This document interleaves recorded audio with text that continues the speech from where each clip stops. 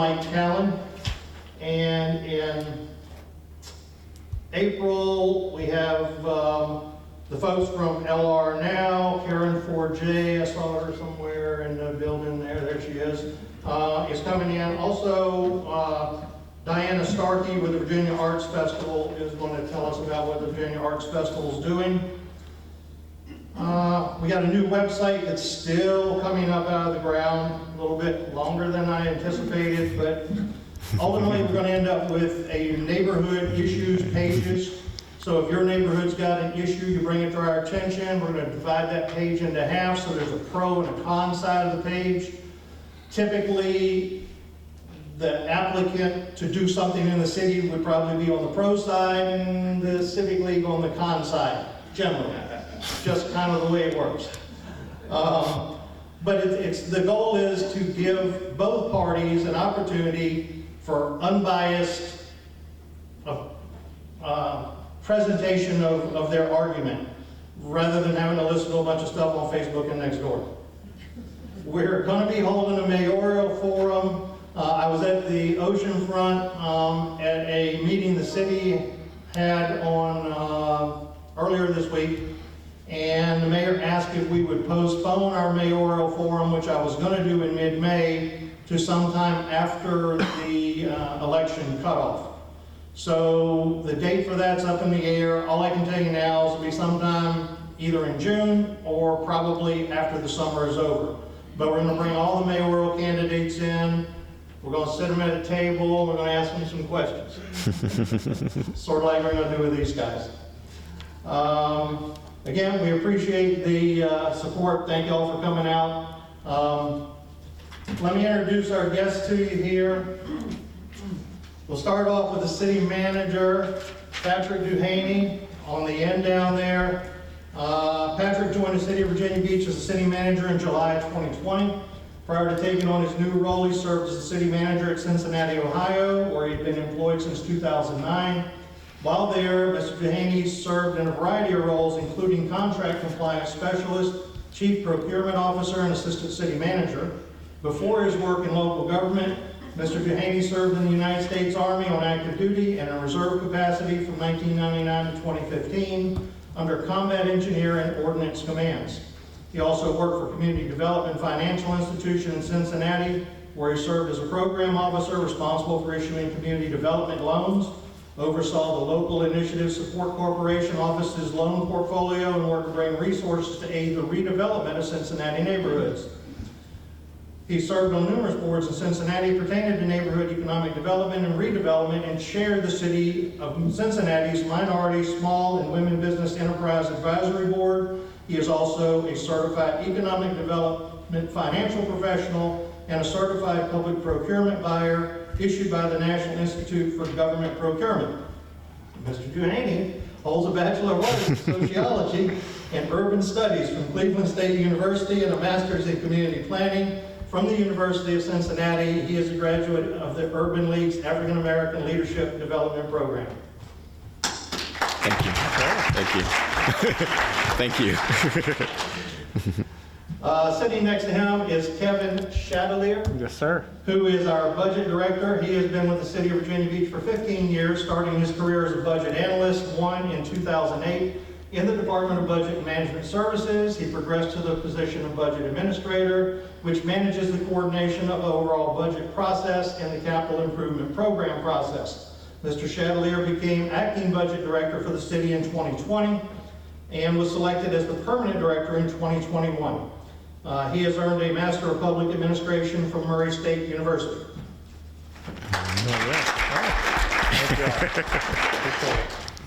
Sitting to his left is our planning director, Kathy Warren, who is a highly experienced professional with over 27 years of municipal management experience. Ms. Warren began her career with the City of Virginia Beach, managing the Strategic Growth Area Office, which develops the city's more urban-style areas in 2016. Her roles have included overseeing project design and delivery, parking management, comprehensive planning, and transportation planning. When some divisions of the SG office were transferred to the economic development in 2022, Kathy continued their oversight, advancing to deputy director of that department. As Planning and Community Development Director, Kathy brings an in-depth knowledge of planning and development and has successfully demonstrated her ability to lead by implementing internal changes that have improved customer service and the morale and productivity of staff. Prior to joining the City of Virginia Beach, she served for 19 years in leadership roles with the Portsmouth Redevelopment and Housing Authority, worked closely with city councils and numerous boards and commissions. Ms. Warren holds a bachelor's degree in government and politics from George Mason University. And last but not least, you all switch spreads. Okay, all right. Kathy is over here, Kara is over there. Deputy Planning Director Carrie Buchholz has joined the City of Virginia Beach in January 2012. As a licensed landscape architect, she's worked in the planning field in both the private and public sectors for almost 20 years. During her tenure with the City of Virginia Beach's planning department, she has served as project manager, development liaison, administrator, and currently as deputy director. She's responsible for the technical aspects of the department that include oversight of planning administration, development services, zoning and permits, and inspections. Her institutional knowledge and skill set have been valuable in supporting the department's dedication and commitment to providing excellent customer service, enhancing operations, and increasing service efficiencies. She holds a bachelor's degree in landscape architecture from West Virginia University and maintains good standing as a Virginia licensed landscape architect.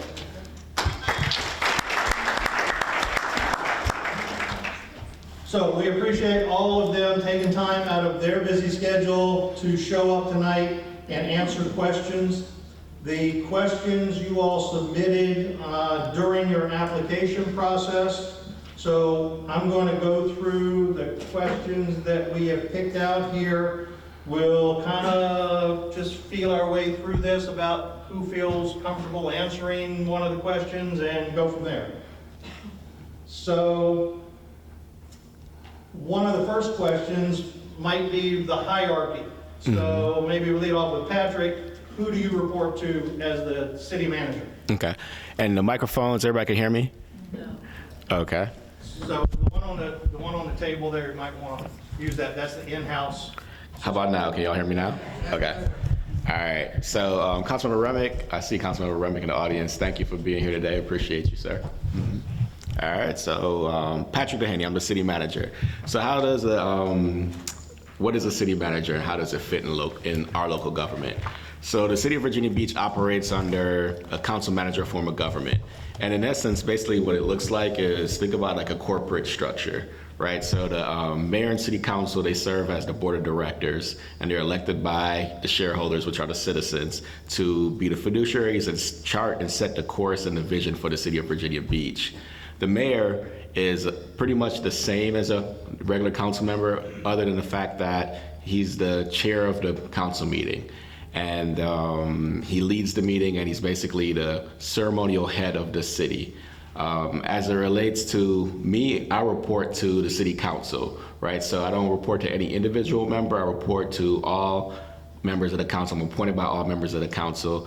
I take direction from a majority of council on most things, and sometimes 8 things or sometimes 9 things. And there's other appointees in the city as well. You have the city attorney who also works for the city council, and then the city clerk who also works for the city council, the auditor, and then also the city assessor who sets the real estate rates for the city or the assessments of your property. And then I manage the staff on behalf of the city council to carry out the city council's vision and also to take care of the day-to-day operations of the city. And Virginia Beach roughly has about 7,000 employees, and we're a full-service city. In Virginia, we're an independent city, right? So basically, we have all the functions of a city and also the county wrapped up in one. And that's basically the overview of the hierarchy. As it relates to the council members, there's one elected mayor currently right now, and the mayor serves at large. So he represents the entire city of Virginia Beach as his constituency, and then we have council members who represent a district. And that's been a change over the past couple of years with the court ruling, and now we're on a district system. We're 10 individual districts, and Councilmember Remick, you represent District 6, right? And District 6 is roughly the oceanfront up to about North End or something like that. Yep. Okay. So that's kind. We're in District 6 now. Yes, sir. All right, we're in District 6 right now. So that's generally the overview and the hierarchy. You want me to go into anything else about that, Rick? No, I think you're good there. Okay. All right. Let's let Kevin tell us how he reports up the line there a little bit. And is he okay. reporting back to your office or someone else? No, that is correct. So as the budget director, I report directly to the city manager. So the way my relationship, the hierarchy, being that I work throughout the year, work with the city manager to develop his proposed budget. And then his proposed budget is presented and provided to city council for their ultimate feedback, modification, and approval near the end of the fiscal year. So we work on a fiscal year being June to July. July 1 to June 30th each year. And so city council ultimately proposed budget goes out from the city manager in the month of March. City council gets public feedback and input in the month of April. They then adopt by state code the budget by May 15th each year, and then it goes into effect July 1. So again, I report to the city manager. Several peers of mine in other departments throughout the city report directly to the city manager who, as he stated, seeks his direction and guidance from city council. Thank you. You want to go next? Sure. Yeah. It's your turn. Is it on? There we go. Can you hear me? Okay, good evening. So as the planning director, currently I report directly to the city manager, Patrick Dehaney. When we fill the deputy city manager position, I will report directly to them, likely. I oversee the planning department, which consists of about 140 employees, full-time employees. And we have several different divisions within the department. We have planning administration, zoning, permits and inspections, and I am missing development services, which is one of the most important pieces of our puzzle. All right, Gary. I report to Kathy. Short and simple. You did have some role in Development Service Center up until the deputy director position? I did. So I'm still overseeing the Development Services Center, but the Development Services Center has a new administrator. So the divisions within planning that I oversee directly are permits and inspections, zoning, Development Services Center, and planning administration. All right. And then Rick, I'll just add one more thing. So generally how the city is broken down from the administration underneath me is portfolio. So a lot of departments report to me right now because we got a vacant deputy city manager. And generally how we're set up is we got a deputy city manager over economic vitality and planning, economic development, CVB, tourism, and the resort usually reports to that position. And then also there's an assistant city manager who takes care of internal services, right? For example, finance, IT, HR, performance and accountability, and liaises with the courts and the other constitutional offices that don't necessarily liaise with the budget director. And then there's also a DCM who's over community, basically libraries, human services, and parks and recreation and things like that. All right, thanks.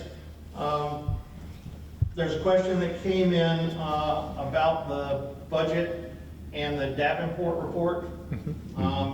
The Davenport report, Davenport was an outside consultant that the city hired that reviewed the city's finances. They looked out some number of years in advance. I don't remember how many, but it seemed like that we had a budget shortfall somewhere around 2030, maybe 2031. Can we talk about what that's all about and maybe how we're going to fix that? Okay. I'll start first and then Kevin will clean up the details. But basically, Davenport is the city's financial consultant, or the city's financial advisor. They primarily help the city as it relates to thinking about outlook as it relates to debt, and also prepare us for when we're getting ready to go sell bonds to the bond market for the city's debt. And they've been with us since about 2021. Yep, Yeah, since 2021, and of late recently, each year towards the end of the year, we're required to give City Council an overview of the city's finances, the city's audit in terms of how we're handling, managing the books.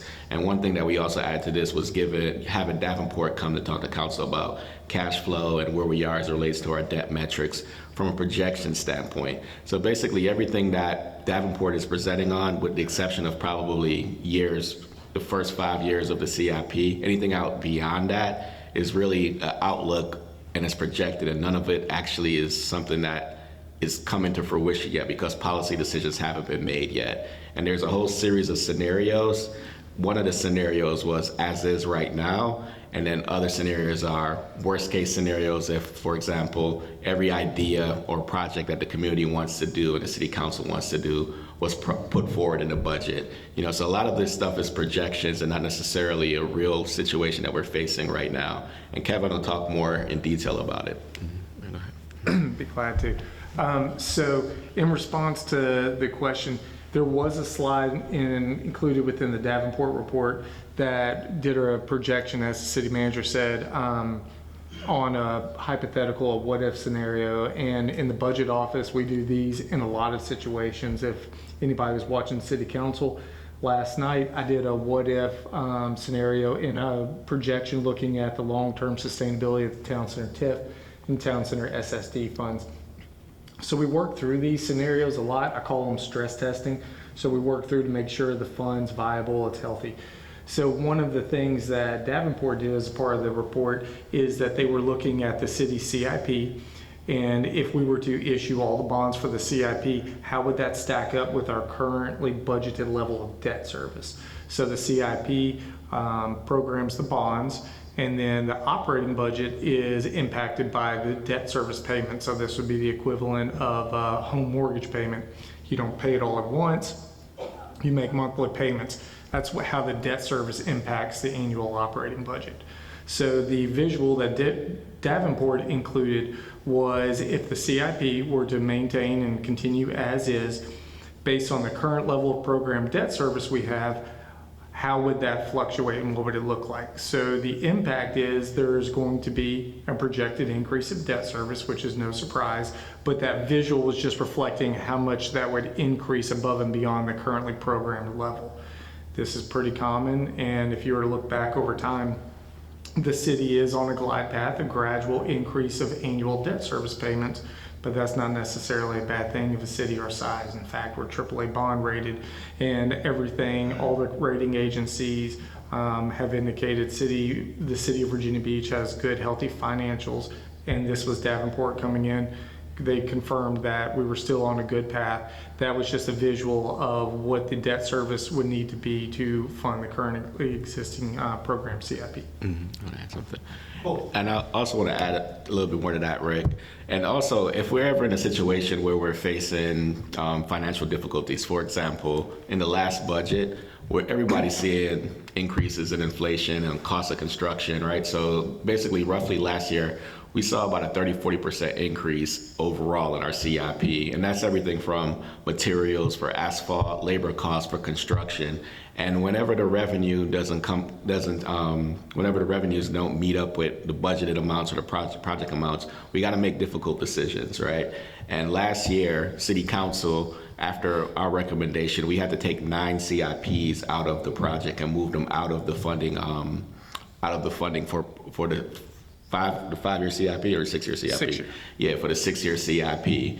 So like whenever we see issues and we see that we don't have the ability to pay, decisions are made to make sure that we stay within our appropriated budget. And unlike the federal government, the city has to have a balanced budget, right? So we always have to balance out each year. So we always will make the difficult decisions to make sure that we stay within our budgetary appropriations. Mm-hmm. All right, thanks. We're not going to forget about y'all. So let's talk about, can you explain, Kathy, let's throw this at you. Can you explain the process in the department of how we ensure that planning staff adhere to the comp plan whenever an applicant has an application in front of the department? Sure. So when an application first comes in, it's routed through the planning administration staff. It's assigned to a staff member, and they work closely with the applicant, property owner, on that project to make sure we get as much information as possible that we can put into what ultimately becomes the final staff report that goes to the Planning Commission for consideration, and then forwarded on to City Council with a recommendation for approval or denial. During that whole process, while it's with city staff, we have, it's routed to various different experts, if you will, subject matter experts. One of those groups is our comprehensive planning staff. So they look at every application and review it for its compliance with the comprehensive plan. And you'll notice in every staff report, there's a paragraph, how it does comply or does not with the comprehensive plan. So that's how we make sure that the comprehensive plan is addressed in each application. So Carrie, in the Development Service Center, if you don't mind me going back there, can you take us through the process of exactly what happens? Let's say I want to build some multifamily somewhere in the city of Virginia Beach. I come to your department and talk to you about what that's going to look like, and you handhold me through the process, or what does the DSC's actual job function? So the Development Services Center, you would come to the Development Services Center if you already have your zoning or your entitlements in place. So if you need a rezoning or conditional use permit, DSC is not your first step. DSC would be the next step. Once you come to the Development Services Center, your zoning's in line, you might have by right zoning, meaning the zoning exists, or perhaps you have zoning that's been approved by City Council that has proffers or conditions attached to it. So you would come in, you would be assigned, our project managers are divided up based on geographic location throughout the city. We have 4 different project managers that handle all the different types of projects. You would have, most of the time, a pre-submittal meeting with our office. We bring in all the players that will be reviewing your plan: traffic, engineering, public utilities, the fire department, the police department. We have everyone at the table, and it's a free service that the department offers. We have these meetings every Thursday by appointment with different development teams to say, we're going to submit this plan to you in the next couple months for an apartment complex. Give us your, let us know what the roadblocks or the hurdles might be. It's at that time that if you don't have your zoning in place, we'll let you know. This project is going to require rezoning through City Council, so go back to step 1. If the zoning's in place, we'll give you our high-level thoughts and feels of the project, and then it's up to your consultant. They'll hire a professional engineering consultant most of the time, submit the plans to Development Services Center, and then we begin the review cycle. Review cycles are